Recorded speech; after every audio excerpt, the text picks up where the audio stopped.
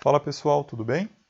Mais uma aula de História do Brasil República e hoje a gente continua falando sobre a Era Vargas, assunto que nós começamos na aula passada e que nós finalizamos hoje. Pelo menos essa primeira fase da Era Vargas, porque o Getúlio Vargas volta ao poder na década de 50, mas isso nós vamos ver em uma outra aula. Na aula passada, então, pessoal, a gente conversou sobre como Getúlio Vargas chegou ao poder. Chegou ao poder através de um golpe militar. Em 1930 houve eleições para a presidência da República, mas o Getúlio Vargas foi o candidato derrotado. O candidato eleito foi o Júlio Prestes, mas mesmo derrotado, o Getúlio Vargas acaba chegando ao poder. Os militares dão um golpe e entregam o poder ao Getúlio Vargas. Em 1934 é promulgada então uma nova Constituição. E aí sim, nessa nova Constituição, ficava estabelecido que haveria novas eleições, só que essas eleições seriam indiretas, o que significava que o presidente da República seria eleito pelo Congresso e não pelo voto popular. Essas eleições ocorrem e o Congresso elege o Getúlio Vargas, que permanece no poder, mas que então se tornava presidente de forma legítima. Ele deveria governar até 1938, como a gente viu na aula passada, mas um ano antes, o Getúlio Vargas e o seu grupo político, que não estavam a fim de deixar o poder, dão um novo golpe. O golpe dentro do golpe. Eles forjam um plano, chamaram de Plano Cohen, e atribuíram aos comunistas, e falavam que os comunistas tinham a intenção de tomar o poder no país. Então, esse seria o Plano Cohen, o plano dos comunistas em tomar o poder no Brasil. Esse plano nunca existiu, mas foi utilizado pelo Getúlio Vargas como justificativa para o novo golpe em 1937. Com esse novo golpe, o Getúlio Vargas instaura então o Estado Novo, sobre o qual nós vamos conversar na aula de hoje. Duas coisas que nós podemos já adiantar sobre o Estado Novo, pessoal, que é importante deixar claro que são as duas principais características desse período, as duas principais características do Estado Novo. A primeira é o seu caráter autoritário. Então, dessa primeira fase do governo Vargas, que vai de 30 a 45, o Estado Novo, que vai de 37 a 45, é sem dúvida o momento, o período mais autoritário. E, além disso, o Estado Novo também é marcado por um processo de modernização do país.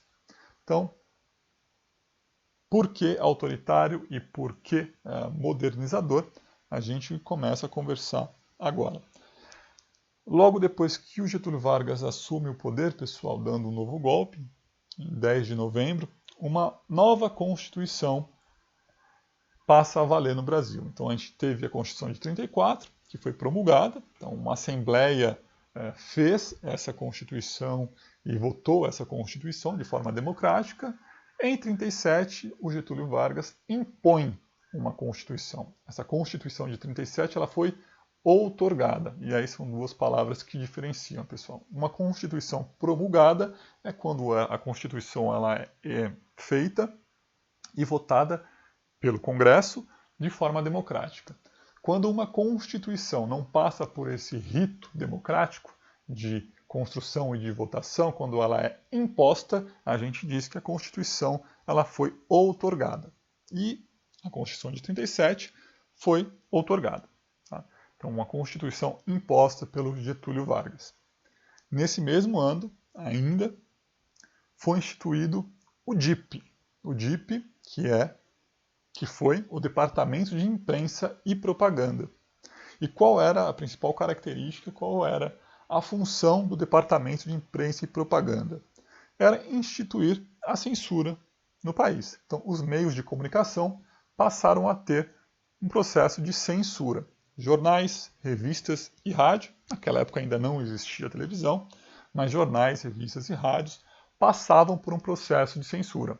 Assim como aparelhos culturais, como cinema e teatro, que também passavam por um processo de censura. Então, está aí, pessoal, o primeiro ato do governo do Getúlio Vargas no Estado Novo, que demonstra claramente a sua faceta autoritária. Então, a criação do Departamento de Imprensa e Propaganda, do DIP, é uma sigla e é um nome que vocês precisam guardar, ok? Em 1938, pessoal, há um fato peculiar, porque os integralistas, lembrem, na aula passada a gente conversou a respeito, os integralistas, um grupo de extrema-direita, um grupo político de extrema-direita, tenta dar um golpe, tenta tomar o poder. Esse grupo, que era liderado pelo Plínio Salgado, figura sobre a qual nós também já conversamos na aula passada, eles tentam dar um golpe no começo de 1938, mas um golpe que é fracassado.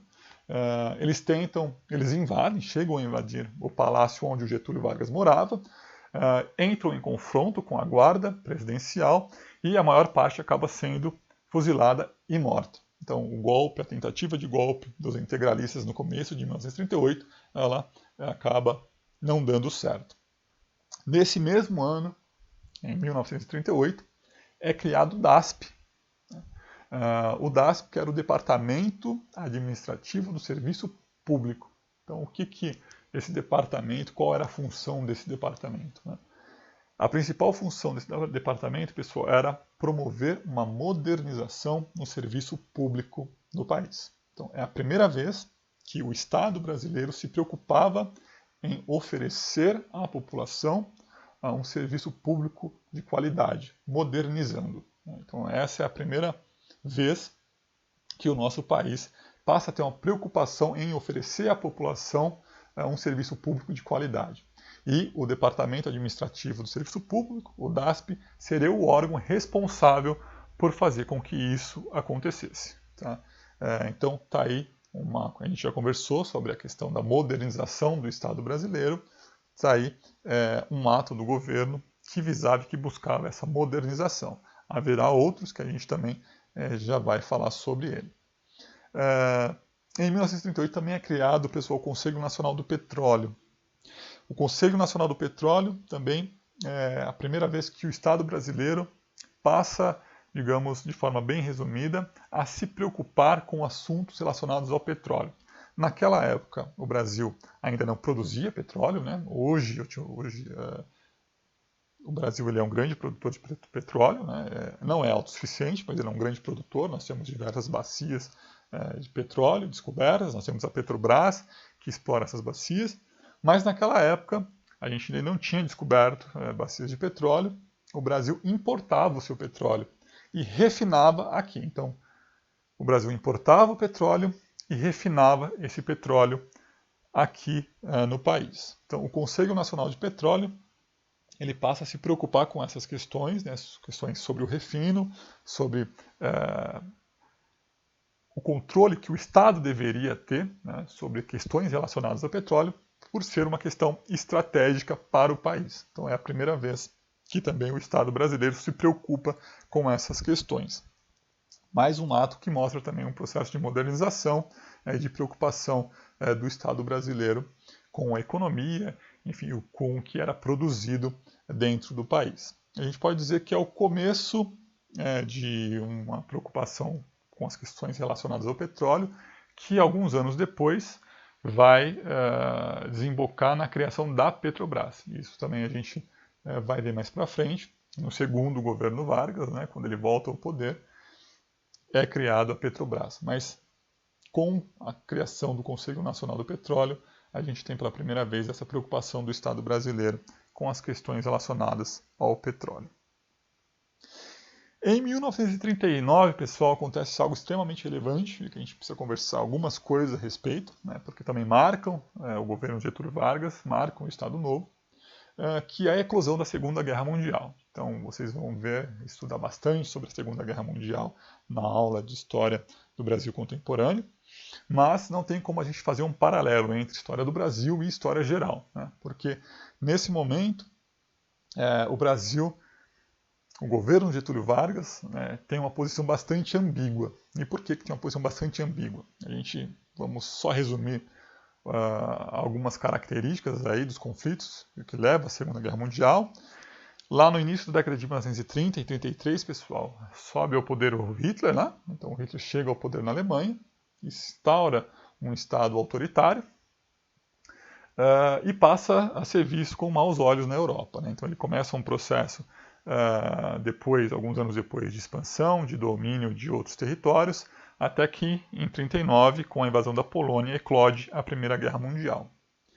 E aí, ou os outros países, democracias, né, inicialmente França, Inglaterra, declaram guerra à Alemanha nazista, posteriormente, alguns anos depois, os Estados Unidos, as grandes democracias do mundo, então vão lutar contra o Estado autoritário, contra o Estado genocida que foi a Alemanha nazista do Hitler.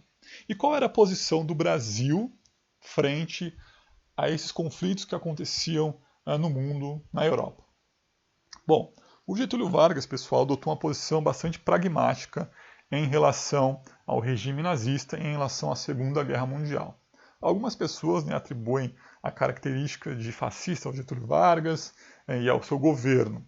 É uma questão que a gente pode discutir, mas para o vestibular, para o Enem, acho que não vale a pena a gente perder muito tempo nisso. É uma questão interessante, sim, para a gente discutir, né? Mas eu acho que nesse momento é melhor a gente se ater às principais coisas que podem cair no vestibular.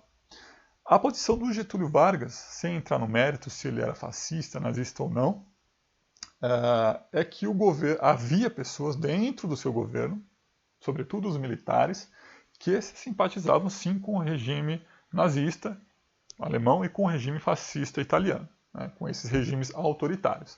Então, pessoas dentro do governo de Getúlio Vargas, sobretudo os militares, sim, se simpatizavam com esses regimes.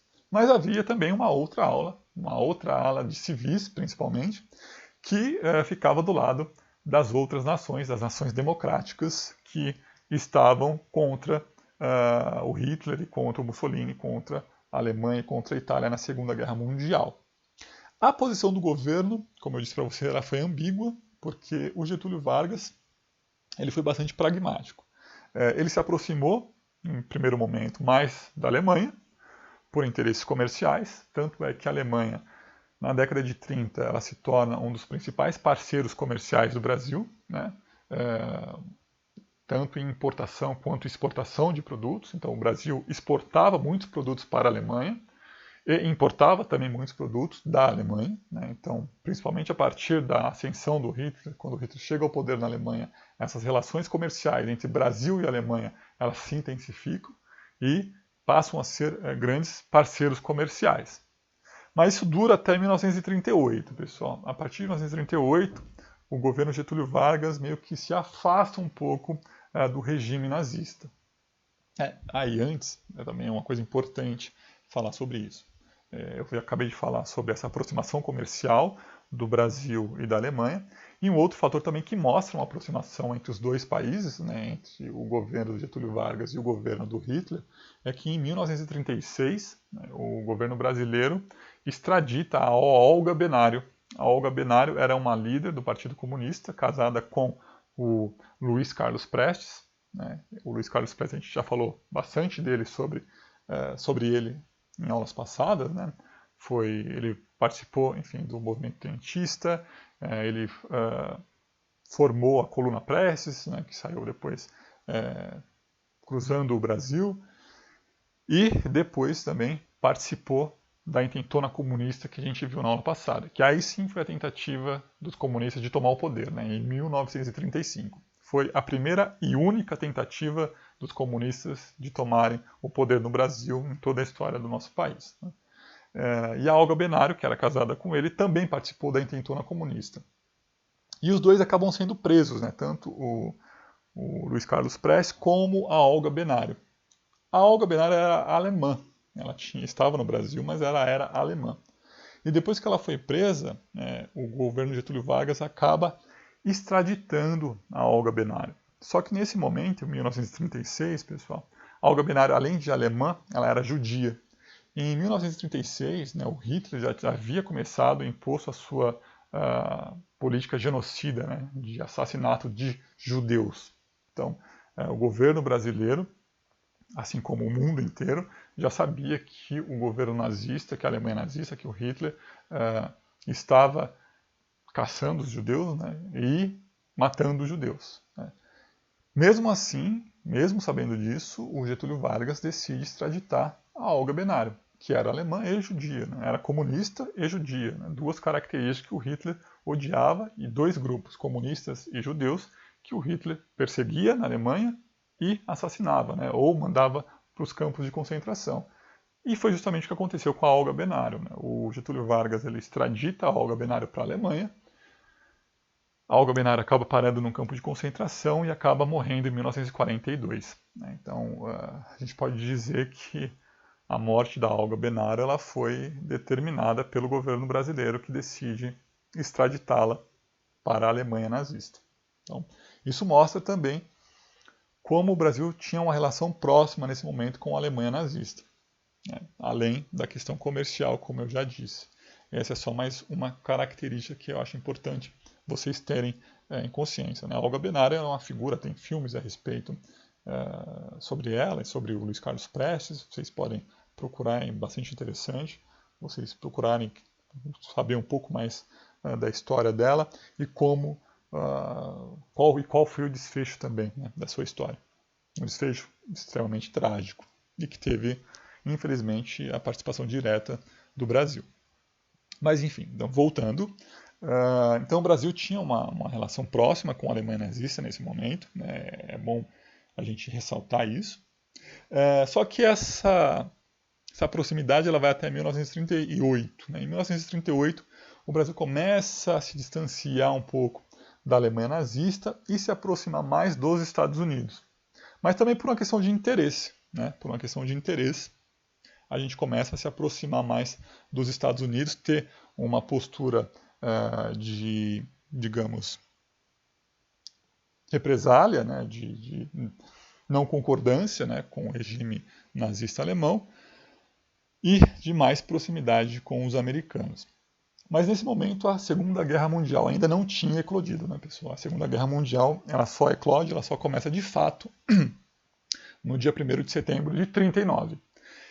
E logo após o início da Segunda Guerra Mundial, o Brasil ele se mantém neutro, né? Ele não toma partido, nem de um lado e nem do outro, né? Nem a favor dos países do eixo e nem a favor dos países aliados, né? Ele se mantém neutro nessa história. Mas isso vai mudar em 1942. Né? Em 1942, o Brasil passa a ter uma postura muito mais contra a Alemanha e muito mais próxima dos países aliados, né? Sobretudo dos Estados Unidos. E é nessa aproximação que o Getúlio Vargas acaba conseguindo algumas vantagens para o Brasil, como a criação da Companhia Siderúrgica Nacional.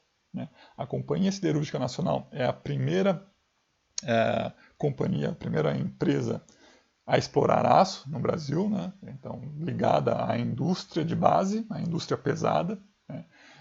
E o Brasil consegue construir a Companhia Siderúrgica Nacional por meio de ajuda do governo americano, né? Que intervém e que acaba dando dinheiro para o governo brasileiro para construir a siderúrgica nacional. Então, por isso que é importante a gente dizer que o Getúlio Vargas, enfim, a despeito do seu autoritarismo e de alguns integrantes do seu governo serem claramente favoráveis ao regime nazista e fascista, ele tem uma posição bem pragmática, né?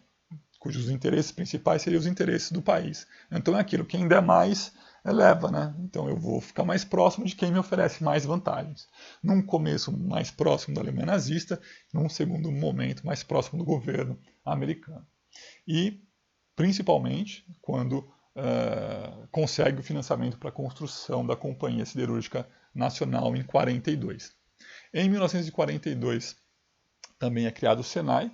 Né? O Senai, o Brasil passa por um processo de industrialização durante o Estado Novo. Né? Então, a Companhia Siderúrgica Nacional é talvez o principal fato que marca esse processo de industrialização, né? De fábricas, da indústria pesada, do aço, de construção de máquinas. E o Senai ele é criado justamente para proporcionar mão de obra para essas novas indústrias que são criadas no Brasil. Né? Então, o Senai que a gente conhece hoje é criada nesse momento e é criada justamente para oferecer mão de obra qualificada para essas novas indústrias que começam a surgir nesse processo de industrialização feita durante o Estado Novo. Em 1942, eu havia falado para vocês que o Brasil havia ficado neutro na Segunda Guerra Mundial, apesar de muito mais próximo dos Estados Unidos, mas em 1942 o Brasil entra na Segunda Guerra Mundial. O Brasil declara guerra aos países do eixo. Por quê? 5 navios mercantes brasileiros são afundados por submarinos alemães. Então esse fato, essa agressão sofrida pelo Brasil por meio de submarinos alemães, há controvérsias a respeito desse fato, se de fato foram submarinos alemães que derrubaram, que afundaram os navios mercantes brasileiros, mas a literatura, a maior parte da literatura acadêmica, enfim, diz que isso é verídico, de fato isso foi causado pelos alemães. Então, submarinos alemães atacaram e afundaram 5 navios mercantes brasileiros. E esse ato de hostilidade, então, faz com que o Brasil, aí sim, declare guerra aos países do eixo.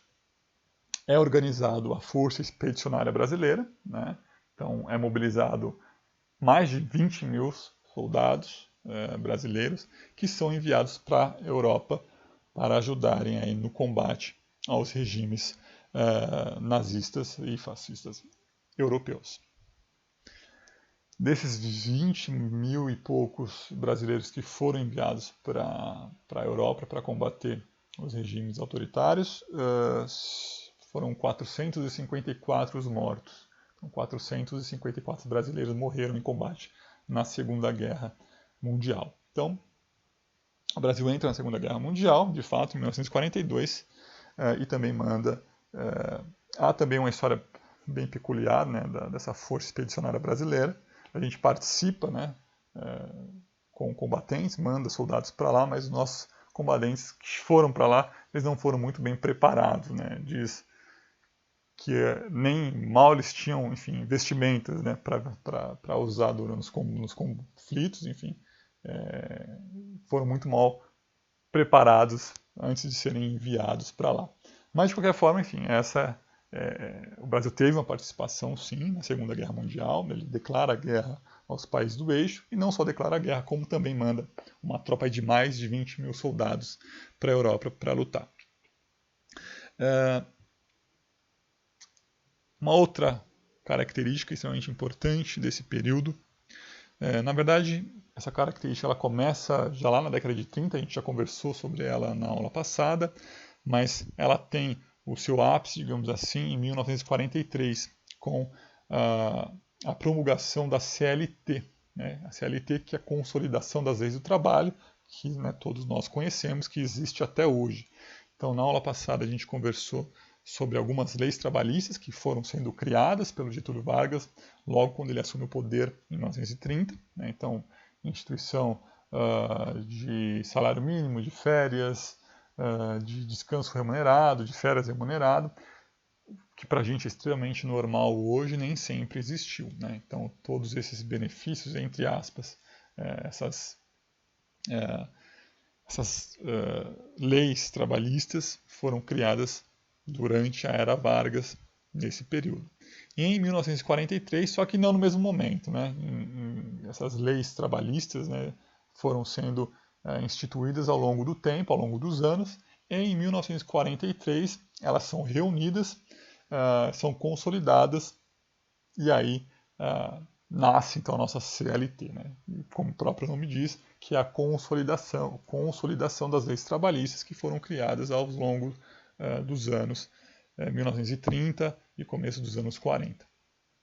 Uma característica importante dessa CLT, que muita gente fala, que às vezes cai em vestibular, é que a nossa CLT, as nossas leis trabalhistas, elas foram inspiradas na Carta del Lavoro da Itália fascista, da Itália do Mussolini também, que seria as leis trabalhistas da Itália fascista. Então, para você ver também uma outra característica que faz com que muitos atribuam ao Getúlio Vargas uma simpatia com os regimes nazifascistas, enfim, da Europa. A nossa CLT, as nossas leis trabalhistas foram inspiradas nas leis trabalhistas da Itália fascista. Em 1945, pessoal, já ir se encaminhando para o final do Estado Novo, para o final da primeira fase da Era Vargas. Há algumas coisas importantes que acontecem, né? Inicialmente é criada a SUMOC, a SUMOC, que é a Superintendência da Moeda e do Crédito, que nada mais é do que o nosso atual Banco Central. Então, o embrião do que hoje a gente conhece como Banco Central, né, que é a instituição do país responsável pela nossa política de inflação, enfim, e política monetária, né, política de crédito e política monetária. Essa instituição que é o Banco Central, extremamente importante, ela surge nesse período, não como Banco Central, mas como o SUMOC. Né? Então, esse SUMOC que foi se transformando ao longo do tempo e hoje é o nosso Banco Central. E em 1945 também chega ao fim a Segunda Guerra Mundial. Né, pessoal? A Segunda Guerra Mundial começou em 1939, em 1942 o Brasil entra oficialmente e em 1945 ela chega ao fim. E aí começa, pessoal, os grandes problemas do governo, ou os grandes problemas para o Getúlio Vargas, né? Porque havia uma contradição entre o governo Vargas e a nossa participação na Segunda Guerra Mundial. Né? O Brasil se aliou aos países democráticos, às grandes democracias do mundo, Estados Unidos, Inglaterra e França, para lutar contra os governos autoritários da Alemanha e da Itália e Japão. Os governos nazifascistas, alemão e italiano, e também contra o Japão. Então, era a democracia contra as ditaduras, né? Eram as democracias contra os governos autoritários. Porém, nós éramos uma ditadura. Né? O Brasil era uma ditadura. O governo Getúlio Vargas era uma ditadura e era um governo autoritário. Então, um governo ditatorial, que era o governo de Getúlio Vargas, lutou contra governos ditatoriais e autoritários. Então, essa era a incoerência. Né? Nós, que éramos uma ditadura, né, que vivíamos sob um governo autoritário, lutamos ao lado de democracias para derrotar ditaduras. Né? Essa era a grande contradição da nossa participação na Segunda Guerra Mundial. E isso, enfim, acaba fazendo com que a situação do governo Vargas se tornasse sustentável, né, pessoal? Porque com o término da Segunda Guerra Mundial, cada vez mais surgiam pressões contra esse governo autoritário, né? Porque não era possível, era inadmissível que nós houvéssemos lutado, mandado brasileiros que, enfim, perderam a sua vida para lutar contra governos autoritários, sendo que nós éramos um governo autoritário, sendo que nós éramos uma ditadura. Então essa grande contradição e a pressão, que era cada vez maior, né, fez com que o governo Getúlio Vargas se tornasse insustentável. A permanência do governo Vargas se tornasse insustentável. Até que, em determinado momento, em 1945 mesmo, então decidiu-se, né, isso meio que foi imposto, e o Getúlio Vargas teve que aceitar, né, então a elite política e os militares impuseram que haveria eleições no final de 45, né, no dia 2 de dezembro de 1945. Então ficou decidido que haveria novas eleições para presidente da República. E o Getúlio Vargas prometeu que não participaria dessas eleições. Né? Então, ele não participaria. Surgem candidatos, né, para a sucessão presidencial. O candidato governista, né, que fazia parte do governo de Getúlio Vargas, que era o general Dutra, que era ministro da Guerra do Getúlio Vargas, então ele sai como sendo o candidato do governo, e o principal candidato da oposição era o Eduardo Gomes, também um militar. Né? Então o Eduardo Gomes, que a gente já conversou a respeito bastante, o Eduardo Gomes que começa a sua trajetória política lá na década de 20 com o movimento tenentista, ele é uma das principais figuras do movimento tenentista, que depois participa também do golpe que leva o Getúlio Vargas ao poder, né?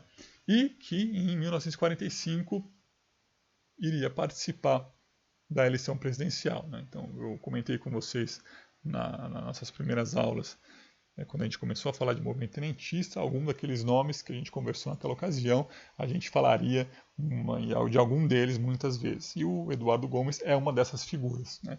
Que aí permaneceu durante mais de 20 anos na cena política e que não se encerra em 45 não, né? A gente ainda vai falar dele algumas vezes ainda mais para frente, né? Então, por uma imposição contra a vontade de Getúlio Vargas, mas por uma imposição do quadro político e também dos militares, novas eleições seriam feitas em dezembro de 1945, principalmente com esses dois candidatos, né? Eram os dois principais candidatos, o general Dutra e o Eduardo Gomes.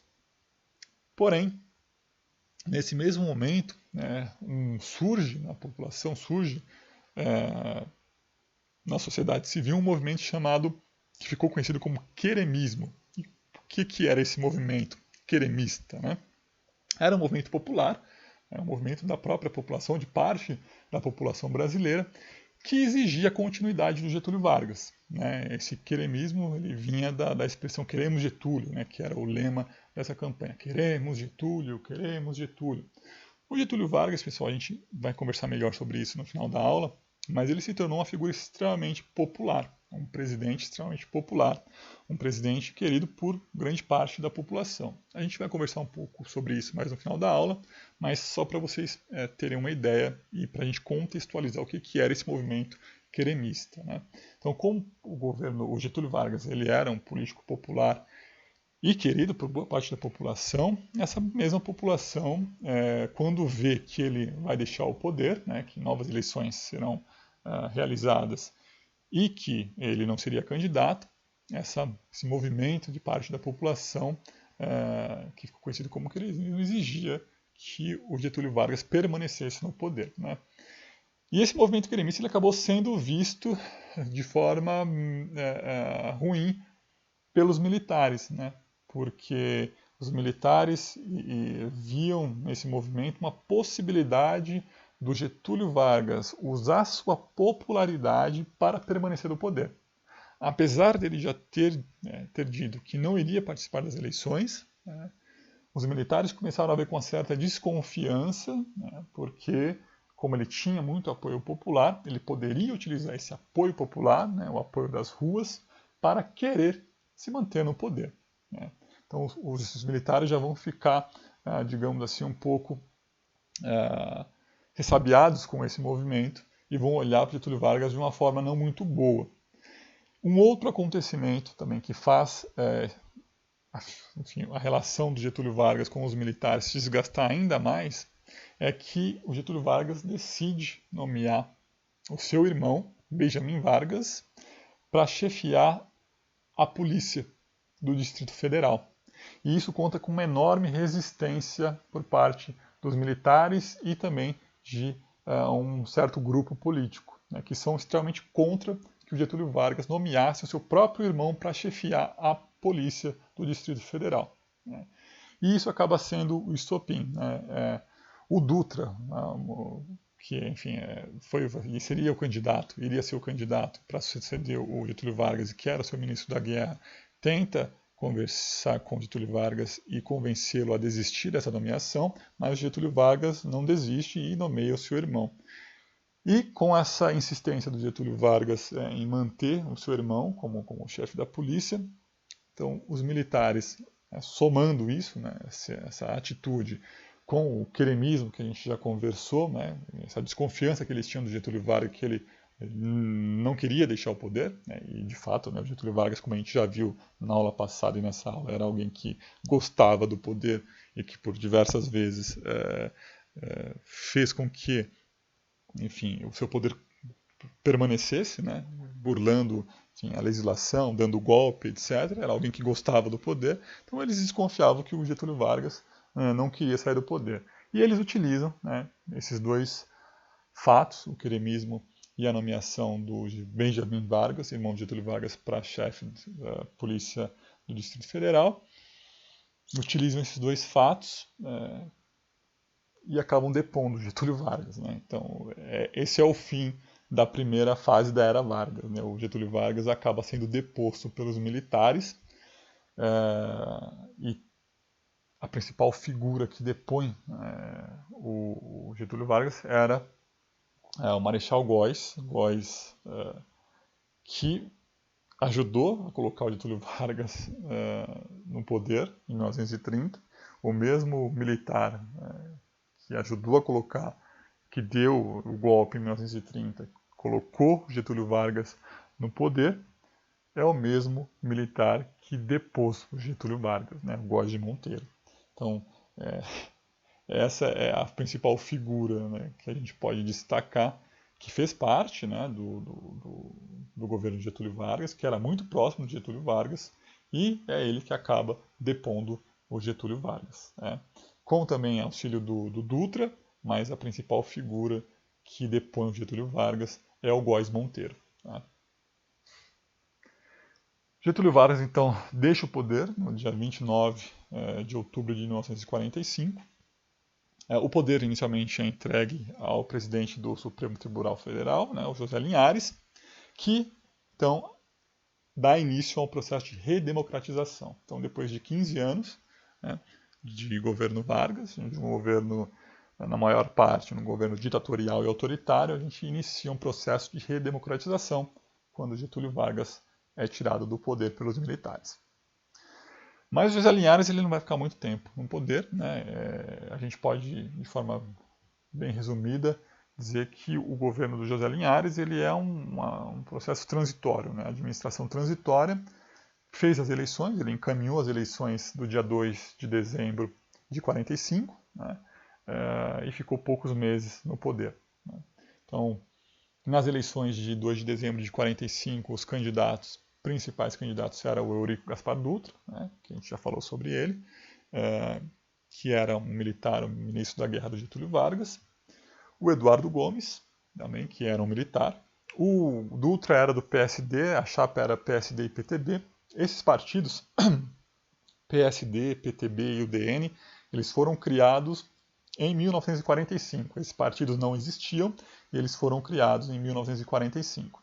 Então, o Eurico Gaspar Dutra ele tinha o apoio do PSD e do PTB. O Eduardo Gomes era da UDN. Então, esses partidos, né, os três principais partidos, que nós vamos falar bastante ainda sobre eles. Do PCB, o candidato era o Iedo Fiuza, e do Partido Agrário era o Rolim Telles. Esses eram os principais candidatos, mas o embate principal foi entre o Eurico Gaspar Dutra e o Eduardo Gomes, que foram os dois candidatos mais votados. Os outros tiveram uma votação bastante inexpressiva. Né? Os candidatos mais votados foram os dois, o Dutra e o Eduardo Gomes, sendo eleito o Eurico Gaspar Dutra. Então, o Eurico Gaspar Dutra ele é eleito em 1945 e assume o poder em 1946.